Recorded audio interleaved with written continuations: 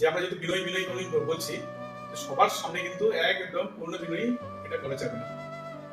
কেন বলছে বিনয়ী থাকবে, কিন্তু বলছে কখন এটা বলছে নম্রতা সকলের সামনে দেখানো ভালো বটে, কিন্তু বিশেষত কার সামনে বিশেষ নম্রতা যদি দেখাতে হয় তাহলে কার সামনে, সেটা হচ্ছে সাধু গুরু আর ইষ্টকে দেখাবে। কারণ তারা তোমার মনের ভাব বুঝবে, ভাব বুঝে তোমাকে সেই অনুসারে তোমাকে আদেশ দিবে।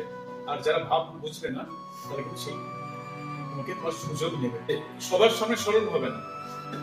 এবার সাধুর মধ্যে তোমাদের ডেফিনিশন বলানো হয়েছে, কারা কারা তাদেরকে আমরা সাধু মান।